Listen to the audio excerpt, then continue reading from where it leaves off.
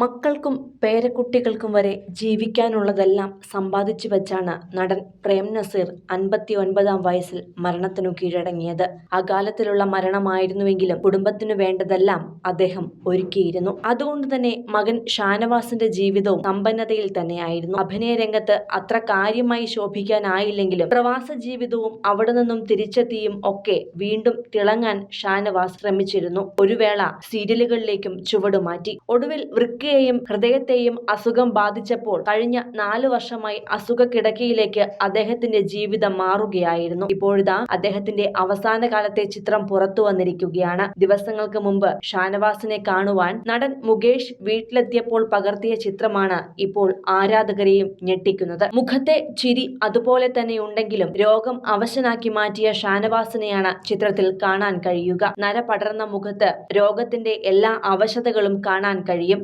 കിടക്ക വിട്ട് എഴുന്നേൽക്കാൻ സാധിക്കാത്ത സാഹചര്യമായിരുന്നു അപ്പോൾ. ദിവസങ്ങൾക്കിപ്പുറം ഇന്നലെ തിങ്കളാഴ്ച രാത്രി 7 മണിയോടെ അസുഖം മൂർച്ഛിച്ചതിനെ തുടർന്ന് ഷാനവാസിനെ തിരുവനന്തപുരത്തെ സ്വകാര്യ ആശുപത്രിയിൽ പ്രവേശിപ്പിച്ചുവെങ്കിലും 12 മണിയോടെ മരണത്തിനു കീഴടങ്ങുകയായിരുന്നു.